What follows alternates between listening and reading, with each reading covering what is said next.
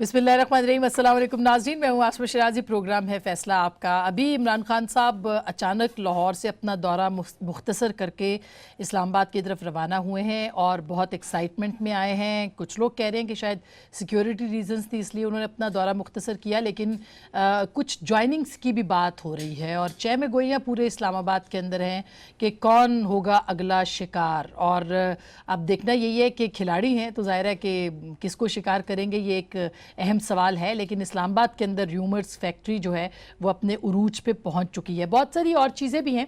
आज जैसे नैब की जो हुई कार्रवाई उसकी तो खबरें ज़ाहिर है आती रहती हैं, कुछ कट-फट के आती हैं, कुछ पूरी आ जाती हैं, लेकिन उसमें जो मियाँ साहब ने गैर रस्मी गुफ्तगू की उसके अंदर बहुत इंपॉर्टेंट बातें की। उन्होंने आज एक अपनी गलती तस्लीम कर ली और गलती उन्होंने ये तस्लीम की कि नैब का जो कानून था वो मार्शल लॉ का कानून है और उसको उनको बदलना चाहिए था, लेकिन उन्होंने नहीं बदला। हमें याद है कि पाकिस्तान पीपल्स पार्टी उनको जब 18वीं तरमीम के बाद बहुत सारी चीज़ें करवाना चाहती थी, उस पर यह भी चाहती थी कि नैब के जो कवानीन हैं जो कि सियासी इंतकाम के तौर पर इस्तेमाल होते हैं बकौल उस वक्त की हुकूमत के, उसको बदलना चाहिए। लेकिन जो सबसे बड़ी दीवार बनी उस वक्त वो पाकिस्तान मुस्लिम लीग नवाज थी। इसी तरह से जो गलतियाँ आज जो गलती तस्लीम की है मियाँ साहब ने, एक गलती 27 मार्च 2018 को तस्लीम की और वो गलती ये थी कि जब मेमो गेट पर जरदारी साहब पर केस बना तो उन्हें साथ नहीं देना चाहिए था। ये थी गलती नंबर 1। गलती नंबर 2, 8 अगस्त 2017 को जो एतराफ़ किया कि गिलानी का मामला नाअहली तक नहीं जाना चाहिए था, यानी साबिक वज़ीर आज़म की नाअहली नहीं होनी चाहिए थी। ये भी गलती का एतराफ़ अब जो है वो मियाँ साहब करें। गलती नंबर 3, 24 अप्रैल 2018 जो कि आज का दिन है, जिसमें उन्होंने कहा कि हमें इल्म था कि नैब मार्शल लॉ का कानून है, लेकिन उससे गलती को तस्लीम नहीं किया। बीच में एक और गलती भी तस्लीम हुई थी और वो थी 62(1)F या 62-63 का कानून, और इसके ऊपर भी मियाँ साहब की तरफ से ऑफ द रिकॉर्ड जो गुफ्तगू होती रही है सहाफ़ियों के साथ वो उन्होंने तस्लीम की। बहुत अच्छी बात है कि उन्होंने अपनी गलतियों को तस्लीम किया, लेकिन सवाल ये है कि कब तक, क्या मौजूदा अगर इस वक्त जो सेटअप है उसमें इन गलतियों का तदारुक हो सकता है? क्या नैब वाकई एक गलत इदारा है? क्या नैब वाकई जो है सिर्फ और सिर्फ सियासी इंतकाम का मुजाहरा करता है कि एक साबिक सदर के ऊपर जो केसेस बने 12 साल उन्होंने 11 साल कैद काटी और उसके बाद नैब ने उनको कर दिया? तो नैब के ऊपर भी जरूर हम बात करेंगे कि इसके हवाले से क्या है। और दूसरा हमारा टॉपिक होगा जो कि बहुत अहम है, वो आज डीजी ऑपरेशंस नैब जाहिर शाह साहब का बयान, नए सबूतों की बात हुई है और प्रोग्राम के अगले हिस्से में इस पर भी बात करेंगे। एक और बड़ी अहम खबर है, बड़ी मज़े की, कि केपीके के सीएम कह रहे हैं अब हम बजट पेश करेंगे। अब तक एक नया यू टर्न पीटीआई की तरफ से देखने को मिला है कि पहले 20 अफराद निकाले, अब जबकि उनके पास नंबर पूरा नहीं है, अब फिर का बजट पेश नहीं करना और अब कह रहे हैं बजट भी पेश करना है। क्या नंबर उनके पास पूरा होगा? ये एक बहुत ही अहम सवाल है। सारे मौज़ूआत पे बात करेंगे। हमारे साथ मौजूद है जनाब राजा आमिर अब्बास साहब जो कि नैब के प्रोसिक्यूटर रहे हैं, बहुत बहुत शुक्रिया आपकी तशरीफ़ आवरी का। चौधरी मंजूर साहब हमारे बहुत हरदिल अजीज़ और पाकिस्तान पीपल्स पार्टी के तर्जुमान हैं, बहुत बहुत शुक्रिया। जनाब तर्जुमान वज़ीर आज़म मुसद्दिक मलिक साहब, अब अगर मैंने ये नहीं कहा कि हरदिल अजीज़ तो फिर आप बुरा मनाएंगे, लेकिन सेनेटर सर मुसद्दिक मलिक साहब बहुत बहुत शुक्रिया। हरदिल अजीज़ तब रहे भी नहीं रहे भी नहीं, बहुत शुक्रिया। जिस दिल पे नाज था हमें वो दिल नहीं रहा। वाह वाह, दिल अजीज कर दे हर दिल। और इमरान इस्माइल साहब हमें कराची से ज्वाइन कर रहे हैं, मुस्कुरा भी रहे, पाकिस्तान तहरीके इंसाफ का जाना माना चेहरा है। सर बहुत बहुत शुक्रिया। सबसे पहले गलतियों की बात हो रही है, चौधरी साहब गलतियाँ ही गलतियाँ, मियाँ साहब बहरहाल तस्लीम तो कर रहे हैं कि उन्होंने गलतियाँ की, बड़ापन है ये नहीं? शुक्रिया आसमा, डॉक्टर साहब भी तशरीफ़ रखते हैं। जहाँ तक मैं फर्स्ट ईयर से स्टूडेंट्स पॉलिटिक्स से स्टार्ट किया था मैंने, सियासत में गलतियों की माफ़ी नहीं होती, उनकी सज़ा होती है।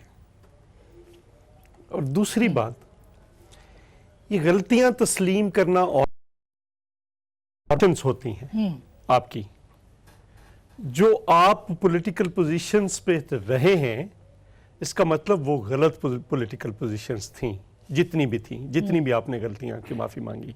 आपने मेमो गेट पे कहा मुझे नहीं जाना चाहिए था, ये काफ़ी नहीं है। बताएं कि मेमो गेट पे क्यों गए।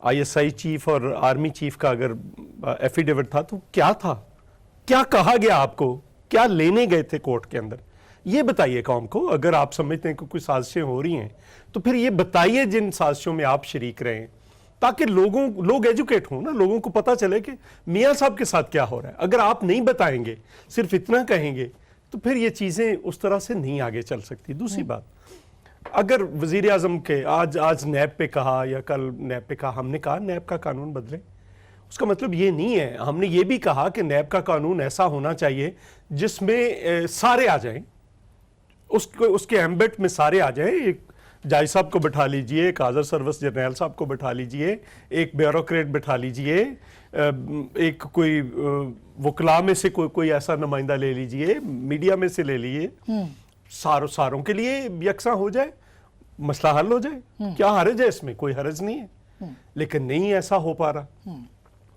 अब अगर ये सारी चीजें हैं मियाँ साहब की इस वक्त, तो फिर जैसे मैंने पहले कहा कि गलतियों की सजाएं हुआ करती हैं, उसके ऊपर माफिया नहीं हुआ करती। उसकी तलाफी भी तो हो सकती है इमरान इस्माइल साहब, लेकिन क्या ये बात दुरुस्त नहीं है कि नैब का जो इदारा है वो बहुत मुतनाज़ा रहा है? खुद सैफुर रहमान साहब ने जो केसेस बनाए जरदारी साहब के खिलाफ, वो मियाँ नवाज शरीफ ने अपनी किताब के अंदर ये लिखवाया या कहा या बोला कि वो सियासी इंतकाम के लिए केसेस बनवाए गए थे, फिर वो उस पर बरी भी हो गए जरदारी साहब। तो ये किस किस्म का इदारा है जो कि कुछ सबूत उसके पास होते नहीं है, इल्ज़ामात के ऊपर चलता है?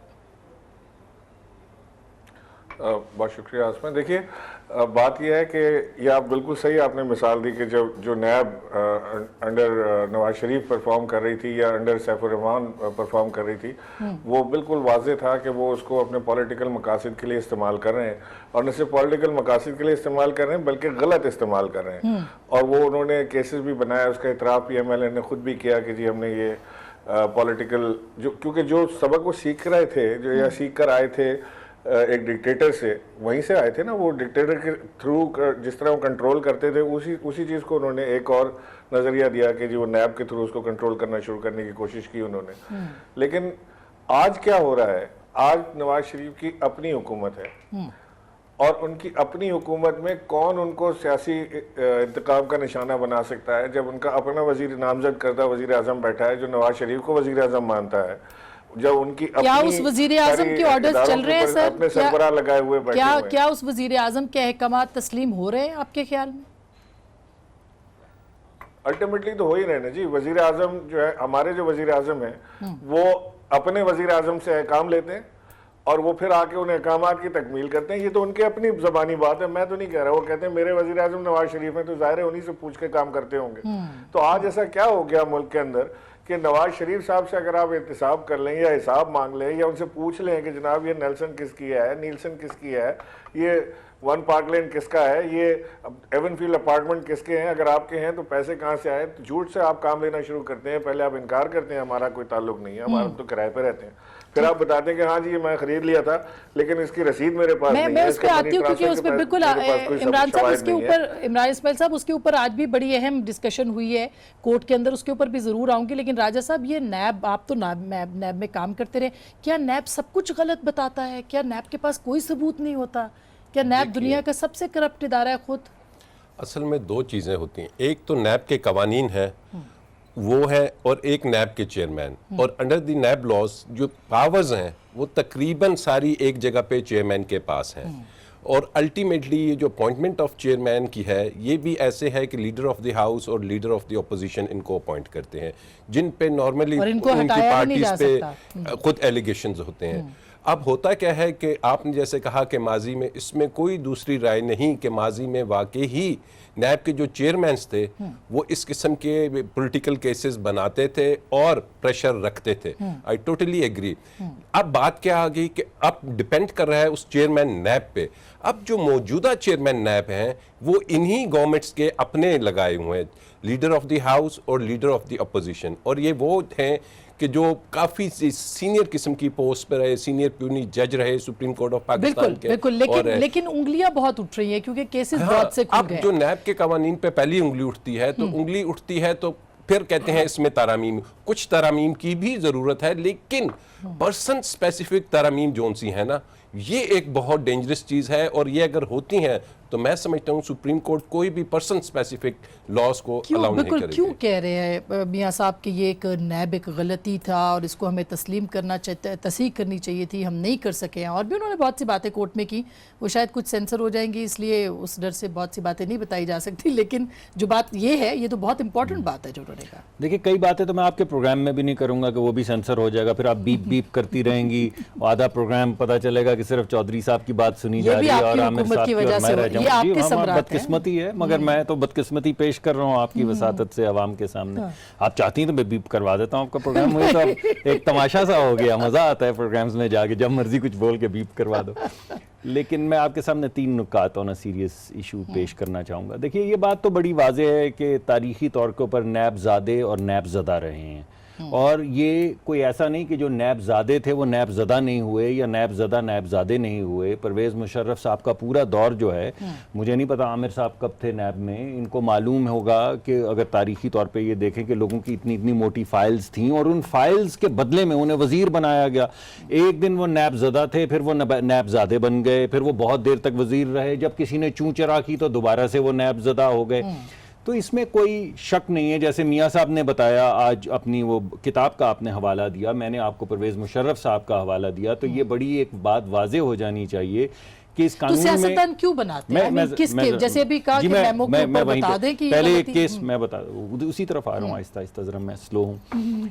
तो पहली बात तो ये हो गई कि ये नैबज़दा और नैबज़ादे जो हैं, इनकी जो तफरीक है वो कानून में जो गुंजाइश है उस गुंजाइश को ख़त्म करना बरहक है, करनी चाहिए। ये पर्सन स्पेसिफिक नहीं है, ये एक हमें तरीक़ाकार बदलना होगा। दूसरी बात ये है कि अगर नैब अच्छा काम कर रही है या उसके कवानीन बिल्कुल ठीक हैं, तो फिर आप ये देखिए कि कौन खुश है। खैबर पख्तूनख्वा की हुकूमत खुश नहीं है नैब से। उन्होंने नैब के खिलाफ एहतसाब के दौर में भी उन्होंने कहा कि नहीं, हम अपना अलहदा एहतसाब कमीशन बनाएंगे, हम अपना अलहदा एहतसाब करेंगे, और जो नैब पे उन्होंने ले दे की वो आपके सामने है। PTI ने भी की, खैबर पख्तूनख्वा की हुकूमत ने भी की। उनका अपना जो एहतसाब कमीशन का मामला है जिसमें जनरल साहब आए और उन्होंने उंगलियां उठाई, वो एक अलहदा बात है, उस पर इस वक्त बात नहीं करेंगे, डीरेल हो जाएगी। सिंध ने एक बिल बाकायदा पास किया जिसमें उन्होंने कहा कि नैब जो है वो हमारी जो सूबाई जो ज्यूरिसडिक्शन है उसके अंदर सूबाई जो हमारे एम्प्लॉइज हैं या कुछ इस तरह का, कि उन पे ये लागू नहीं होगा। बिल बाकायदा पास किया। क्यों पास किया? मैं वही आपको बता, उसके बैकग्राउंड झोल है ना, नहीं वो चले जाते हैं। आपकी हुकूमत दो थी और आपके वजीर सबसे तगड़े वजीर थे कोई बात नहीं, मैं जरा अपना मुकदमा तो पेश कर लूं, फिर जरा कर लेंगे। इसी तरह वफाकी हुकूमत ने और सूबाई पंजाब ने और वफाकी हुकूमत ने भी पंजाब नैब पे बहुत ले दे की है। आखिर में मैं ये कहूँगा कि नैब के अपने चेयरमैन ने जो मुकदमा नैब के खिलाफ दायर किया पीछे जाने से पहले, लास्ट जो चेयरमैन थे, और उन्होंने बताया कि हमारे इदारे में ये झोल हैं, ये तरीका चौधरी कमर ज़मान की बात करें आप। और उन्होंने बाकायदा प्रेस कॉन्फ्रेंस में कहा कि इसको बेहतर करने की ज़रूरत है। तो एक कंसेंसस नज़र आता है तारीखी तौर पर भी और मौजूदा हालात में भी कि इसको बेहतर या तब्दील या तरमीम करने की ज़रूरत है। अच्छा, लेकिन ये ज़रूरत अब क्यों महसूस हो रही है? सबसे बड़ा सवाल ये डॉक्टर साहब, जब आपके ऊपर खुद मुकदमा खुले हैं आपके रहनुमाओं के ऊपर, तो तब इसमें जरूरत महसूस हो रही। जब पीपल्स पार्टी कह रही थी तो उस वक्त ये सब कुछ नहीं था। जो एतराफ है, आपने 3 एतराफात जो हैं वो तो दिखाए हैं, मगर मेरे ख्याल में गालिबन आप मौजूद थी एक मीटिंग में जिसमें मैं भी मौजूद था, जिसमें कार्ट ब्लांश भी नवाज शरीफ साहब कह चुके हैं कि हमने माजी में बहुत सी गलतियां की हैं, और उन्होंने 1990 का हवाला दिया बाकायदा और कहा कि 1990 की एतराफ करते हैं, ऑफ द रिकॉर्ड करते हैं, ऑन द रिकॉर्ड भी अब कहते हैं, लेकिन ऐसे काम तो नहीं चलेगा। जैसे चॉइस साहब ने कहा, क्यों नहीं? देखिए अभी ट्रूथ एंड रिकंसिलिएशन की बार बार पीपल्स पार्टी बात करती है। अभी कुछ दिन पहले भी जरदारी साहब ने कहा, क्यों नहीं आप एक ट्रूथ एंड रिकंसिलिएशन बनाते, समझता हूं कि जिसमें पुराने जज बैठे, मियां साहब बैठे, खान साहब को बिठाएं, सबको बिठाएं। मेरा ये जाती ख्याल है, नंबर 1 100% ये होना चाहिए। उसके लिए हमें थोड़ी सी डीपोलराइजेशन करनी होगी। देखिए हम सियासी नुक्ता चीनी हम एक दूसरे पे करते हैं, पॉइंट स्कोरिंग भी करते हैं।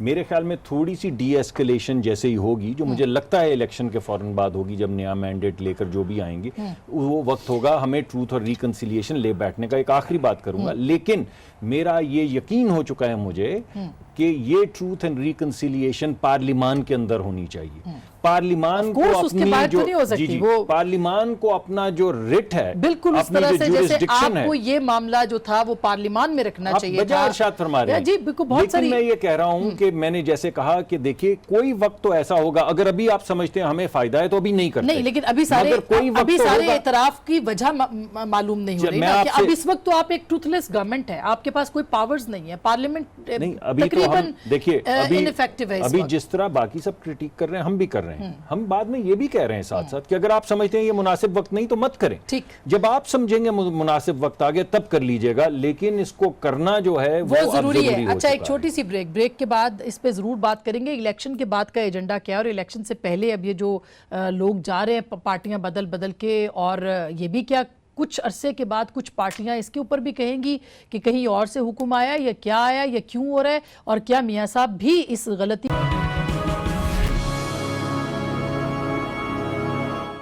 वेलकम बैक नाजरीन, एक बार फिर आपको खुशामदीद कहते हैं। नैब के हवाले से बात हो रही है, अभी हमने इस पे भी बात करनी है कि कौन कौन और आ सकता है PMLN की तरफ से, क्योंकि खान साहब की चेहरे की खुशी दीदनी थी अभी थोड़ी देर पहले। बहरहाल DG ऑपरेशन नैब जो हैं जाहिर शाह साहब का बयान आज नए सबूत के हवाले से आया है। DG ऑपरेशन नैब जो हैं उन्होंने लंदन फ्लैट्स के तफसीलात और यूटिलिटी बिल्स आज अदालत में पेश कर दी। एवनफील्ड्स जो लंदन फ्लैट्स हैं उनकी ऑफिशियल रजिस्टर्ड कॉपियां और फ्लैट नंबर 16, 16A, 17, 17A की दस्तावेजात भी पेश की गई। अदालत में जो दस्तावेजात थी उस पर ख्वाजा हारिस ने एतराज़ उठाया कि दस्तावेजात तस्दीक शुदा नहीं है, जिस पर डिप्टी प्रोसिक्यूटर जनरल ने नैब ने यह मौक़िफ़ इख्तियार किया कि दस्तावेजात UK सेंट्रल अथॉरिटी के गवाह के नाम पर हाई कमीशन को मौसूल हुई हैं, और यही जो अथॉरिटी है उससे मिलने वाली दस्तावेजात को कहीं और से तस्दीक कराने की कोई ज़रूरत नहीं है। DG नैब ने यह भी कहा कि नई दस्तावेजात में नवाज शरीफ और मरीम नवाज का नाम नहीं है, और ये रिपोर्टेडली अगेन हम कह रहे हैं क्योंकि तमाम अखबारात को आज जो वेबसाइट्स हैं, जो रिपोर्टर्स हैं, उसको चेक करने के बाद ये कह रहे हैं कि वो नई दस्तावेजात में भी नवाज शरीफ और मरीम नवाज का नाम नहीं है। नीलसन नेस्कोल एंटरप्राइज है जिनके पास 31 जुलाई 95 के फ्लैट्स का एब्सोल्यूट टाइटल मौजूद है। अब ये बड़ी मजे की बात है कि एब्सोल्यूट टाइटल मौजूद है इन फ्लैट्स का, जो कि अगर आप BBC की डॉक्यूमेंट्री भी अगर आप देखें तो उसके अंदर भी कुछ इस तरह के चीज़ें आई थी, लेकिन बरतानिया में जो लैंड रजिस्ट्री है उसमें एब्सोल्यूट टाइटल उस जायदाद को दिया जाता है, ये कहा जाता है जो रहन से पाक हो और जायदाद के मालिक को जायदाद की मिल्कियत का वाज़े इख्तियार देता है जिसे कोई भी दूसरा शख्स चैलेंज नहीं कर सकता। और ये जायदाद जो है इसकी सवाबदीद के मुताबिक फ़रोख्त करने में वो जो मालिक होता है वो मुकम्मल बाइख्तियार होता है। जायदाद की फ़रोख्त की सूरत में एब्सोल्यूट टाइटल नए मालिक को मुंतकिल हो जाता है, और नीलसन नेस्कोल की बिलतरतीब 27 जनवरी 93 और 14 अप्रैल 94 को अमल में आई। ये वो जो रजिस्ट्री है ये वो बात कहती है जो कि ये भी कहती है कि एब्सोल्यूट टाइटल इसका मालिक के नाम ही है जो कि नीलसन और नेस्कोल है। पानामा पेपर्स के मुताबिक इन दोनों कंपनियों की जो बेनिफिशियल ऑनर हैं वो मरियम नवाज हैं, और BBC ने भी ये एक रिपोर्ट में दावा किया था कि 1990 की दहाई में ये फ्लैट्स खरीदे गए और अब तक इनकी मिल्कियत में कोई तब्दीली नहीं आई, और ये 4 फ्लैट्स जो हैं नीलसन और नेस्कोल के पास ही हैं। अब राजा साहब सवाल बड़ा इंपॉर्टेंट है, नैब के पास जो आज भी उनके अभी तक सबूत जा रहे हैं वो कह रहे जी नवाज शरीफ साहब के और मरियम नवाज का तो कहीं नाम ही नहीं है, जो रजिस्ट्री आई है वो भी नाम नहीं है, मालिक जो है वो नीलसन और नेस्कोल ही हैं। कैसे साबित होगा ये? बिल्कुल दुरुस्त है ये, क्योंकि ये केस भी नैब का यही है कि नीलसन और नेस्कॉम की ये प्रॉपर्टीज़ हैं। नीलसन एंड नेस्कॉम क्या है, एक ऑफशोर कंपनी है जो कि पैनामा में अनर्थ हुई थी, ये वही कंपनी है। ठीक है, अब इसके मेरे ख्याल मुझे वो टीवी का उनका याद है कि अल्हम्दुलिल्लाह ये नीलसन और नेस्कॉम को मैं ओन करता हूँ, उनके बेटे ने कहा था। अब नैब का केस यही है कि ये अपने बेटों के नाम पे, और उन्होंने ये भी कहा था उस इंटरव्यू में टीवी टॉक में कि जी इसकी जो ट्रस्टी हैं वो मरियम साहिबा हैं। अब ट्रस्टी का भी केस आ गया है कोर्ट में, उसकी भी रिपोर्ट्स आ गई हैं। अब अदालत ने फैसला करना है कि रॉबर्ट रेडली को वो मानते हैं नहीं मानते हैं, क्योंकि उसने इसे बोगस करार दिया है। इन केस अगर अदालत उसको बोगस करार दे देती है तो ये उनका ट्रस्टी वाला जो चैप्टर है या जो स्टांस है ये क्लोज हो जाएगा, और then it would go travel towards beneficiary.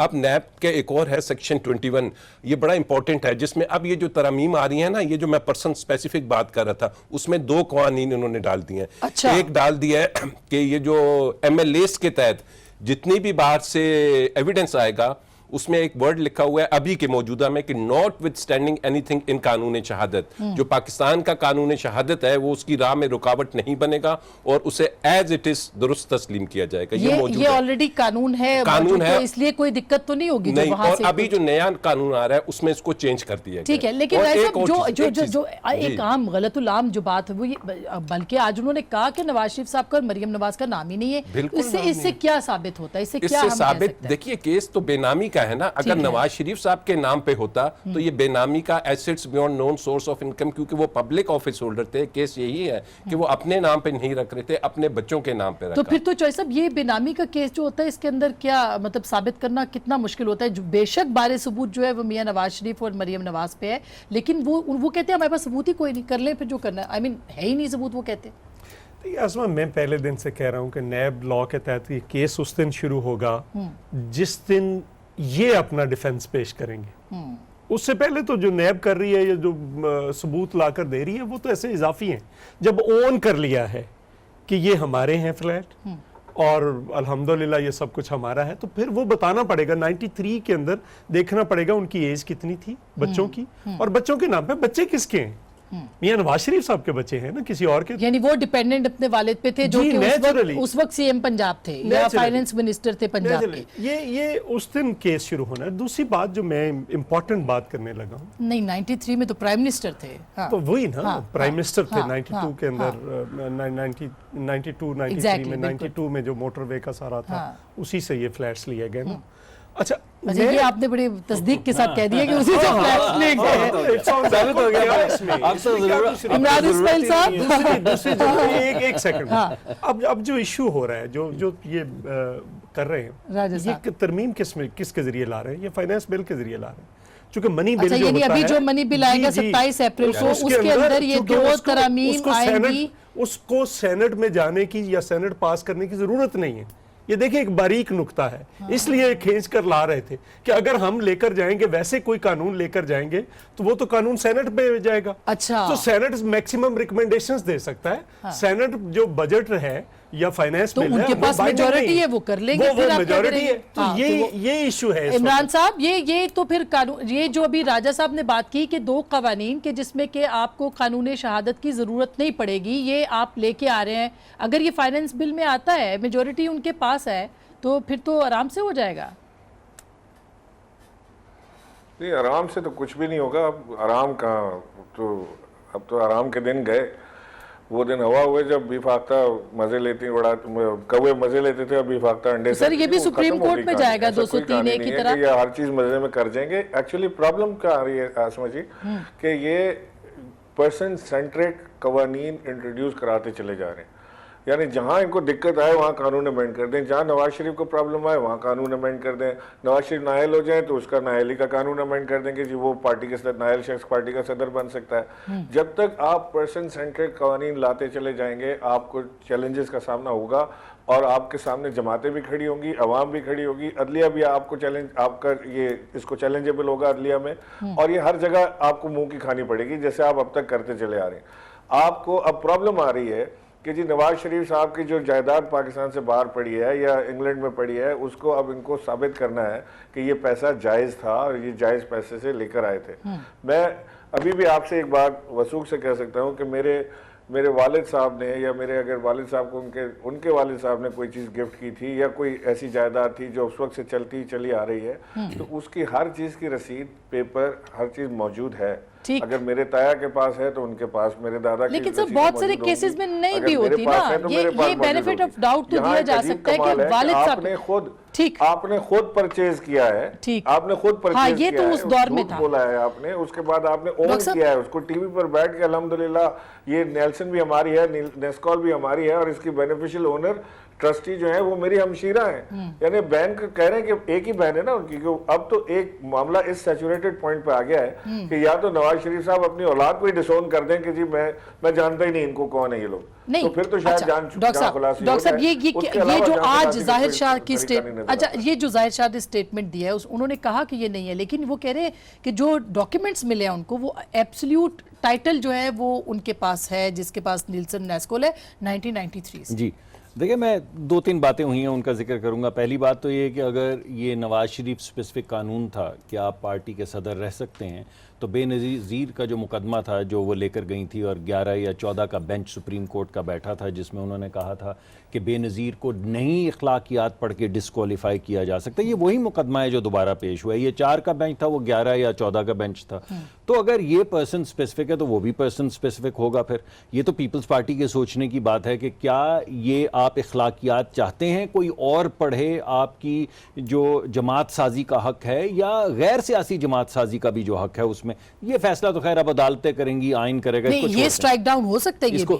अगर ऐसा कुछ हो जाता है आप करते। मैंने तो आपको कहा पहले लार्जर बेंच एक पोजीशन ले चुका है, ये दूसरी पोजीशन, लेकिन आप ला रहे हैं ये तरह में। ये खैर इसको छोड़े, नहीं मुझे नहीं मालूम। अच्छा, ये पहली तो इस बात को छोड़े। मैं आता हूं दूसरी बात। देखिए, 2 चीजें जो हैं वो क्लियर हो गई हैं। तरदीद कर रहे हैं कौन सी? नहीं ला रहे, मुझे नहीं मालूम। मैंने नहीं बजट देखा है, आपने देखा होगा, आपसे क्योंकि मिलकर फाइनेंस बिल तो वो तो मुझे नहीं पता, मैंने नहीं देखा है। दूसरी बात मैं आपको ये कह रहा हूं कि देखें, 2 फैक्ट्स आज सामने आए हैं। पहला फैक्ट ये है कि कोई भी जायदाद जो है वो मरियम नवाज या नवाज शरीफ साहब के नाम पे ना है ना कभी थी। अभी तक कोई सबूत नहीं मिल सका। ये अभी पिछले दिनों भी जो 15, 20, 50 दिन से जो चल रहा है उसमें भी कोई एविडेंस नहीं आ सका। अब मैं आपकी तफसील में नहीं जाऊंगा कि किस किस वक्त क्या क्या जरा हुई है, मैं तो हर वहां पे अदालत में होता हूं। दूसरी बात ये आई कि फैक्ट 2 जो सामने आया वो ये कि एब्सोल्यूट टाइटल था 1990 में। इसका मतलब है कि जो वो कह रहे हैं कि 1990 में ये जो दोनों ये जो एसेट्स थे ये कतरीज के पास थे और 2006 में हमें ये कतरीज के जरिए ट्रांसफर हुए हैं और उस वक्त ये वो बॉन्ड के जरिए उन्होंने होल्ड किए हुए थे। दूसरा फैक्ट वो सामने आ गया कि टाइटल एब्सोल्यूट है, कोई उस पर लीन नहीं है। हाँ, एग्जैक्टली। तीसरी जो बात मैं आपसे करना चाहूंगा, जो यहाँ पर बात हुई है वो ये कि देखें, अभी रेफरेंस दिया गया है, उन्होंने वो क्या नाम थे जो एक्सपर्ट आए थे फॉन्ट के, उन्होंने अदालत में खड़े होकर कहा, रेडली ने अदालत में खड़े होकर कहा था कि हजारों डाउनलोड्स इसके हुए हैं, हजारों हुए हैं और ये उनको मुंह की खानी पड़ी थी वहां पे, 2 दिन पे जरा होती। अच्छा, ये तो खैर अभी ठीक। एक बात और करनी, देखिए मैं जरा बात खत्म कर लूं। दूसरी बात ये है कि एक पीटीआई ने एक्सपर्ट कंपनी लॉ फर्म जो है वो सजेस्ट की भेजी थी, एक हमने भेजी थी। दोनों में कंसेंसस अदालत में ये साबित हुआ है कि ट्रस्ट डीड को रजिस्टर करवाने की कोई जरूरत ना यूके के कानून में है और ना आयरलैंड के कानून में है। ठीक है, तो ये जब सारी चीजें हो गई तो हम टीवी पे क्यों ऐसी बातें कर रहे हैं जो ऐसी नहीं, ठीक है। लेकिन एक सवाल, ये जो टेक्निकल बात है, बिल्कुल मैं इमरान साहब ब्रेक के बाद मैं ब्रेक के बाद आप ही के पास आती हूँ, क्योंकि सवाल ये है कि अगर ये, फिर आपको खुशामदीद कहते हैं इमरान इस्माइल साहब। आप ब्रेक से पहले बात कर रहे थे कि बात करना चाह रहे थे कि कोई सबूत नहीं है, खास करके इस जायदाद के हवाले से, कि ये नीलसन नेस्कोल उनकी है कि नहीं है। सबूत अगर नहीं हुआ तो कितना, अगर वो सबूत नहीं पेश करते हैं और वो कहते हैं हमारी जायदाद है लेकिन हमारे पास रसीदें नहीं हैं, तो कितना फ़र्क पड़ेगा? ये एक सियासी मुकदमा नहीं बन गया अब तक? नहीं, सियासी मुकदमा कतई नहीं है। ये सियासी लोगों के ऊपर मुकदमा ज़रूर है, सियासी मुकदमा नहीं है।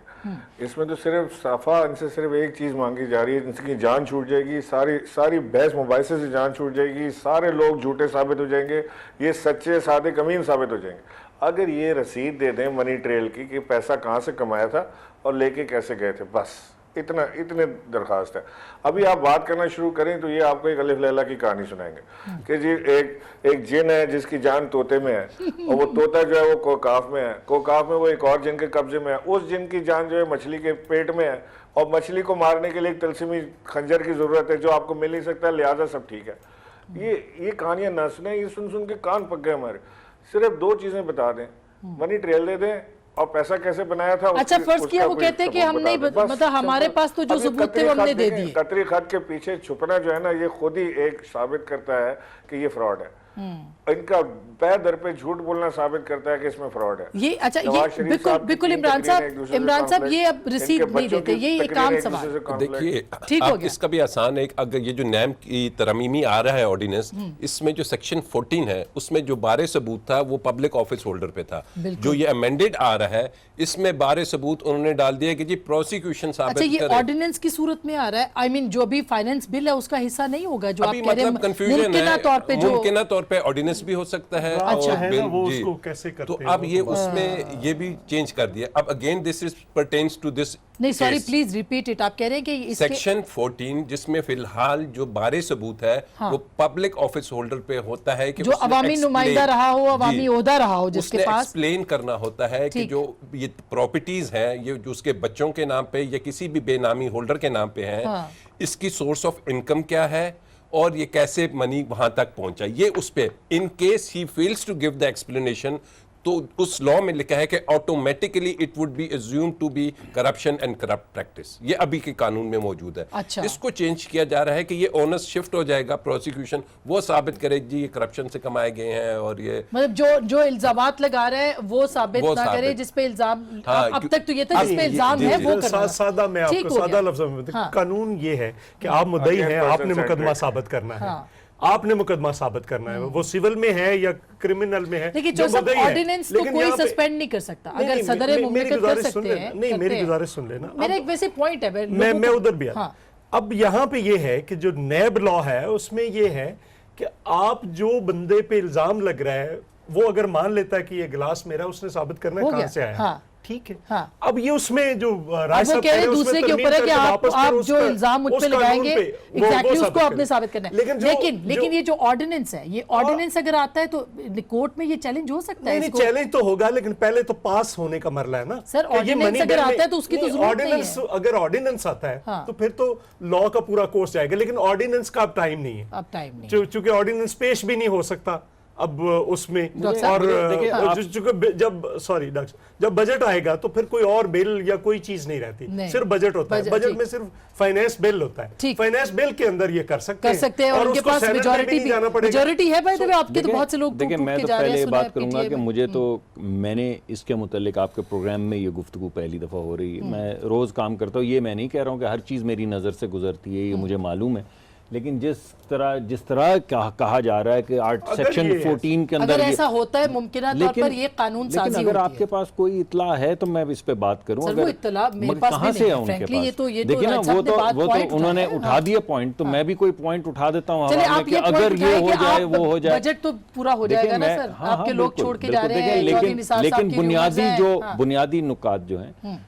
जो अभी अगर आप ना भी इस्लाह करना चाहें, जैसे मैंने कहा कि आपका जब जी चाहे कीजिए इस्लाह, जब किसी और पे बुरा वक्त आए तब ठीक। कर लीजिएगा इस्लाह। ठीक। लेकिन पूरे मुल्क, पूरी दुनिया के अंदर जो कानून है वो ये है कि आप इनोसेंट हैं जब तक गिल्टी प्रूफ ना हो हाँ, जाए। ठीक है। और जो इल्जाम लगाता है वो तो proof अभी तक वो करता है, innocent है, मियां साहब के क्योंकि ऊपर ये- इल्जामात क्योंकि- साबित नहीं हुए। मगर उसके बिल्कुल, अलावा जब तक कि क्योंकि final नहीं आता विक्टिमाइज, verdict। Exactly। क्योंकि ये कानून बनाया था लोगों को विक्टिमाइज करने के लिए, इस वजह से ये डॉक्ट्रिन जो पूरी दुनिया में कायम है, इनोसेंट अंटिल ठीक। गिल्टी, इसको उसको उल्टाया apply गया। हो- उसको उल्टाया गया ठीक। कि यू आर गिल्टी नैब के अंदर जिसको कि आप गलती तस्लीम कर रहे हैं, उस वक्त नहीं मानते थे। गिल्टी हो गया। Until proven sir innocent. बहुत बहुत शुक्रिया। अब ये जो नैब की गलती आज मियां साहब ने तस्लीम की है, क्या जो पीपल्स पार्टी उस वक्त कहती थी, क्या अभी भी मौका है कि ये कुछ इसमें तस्हीह कर लें?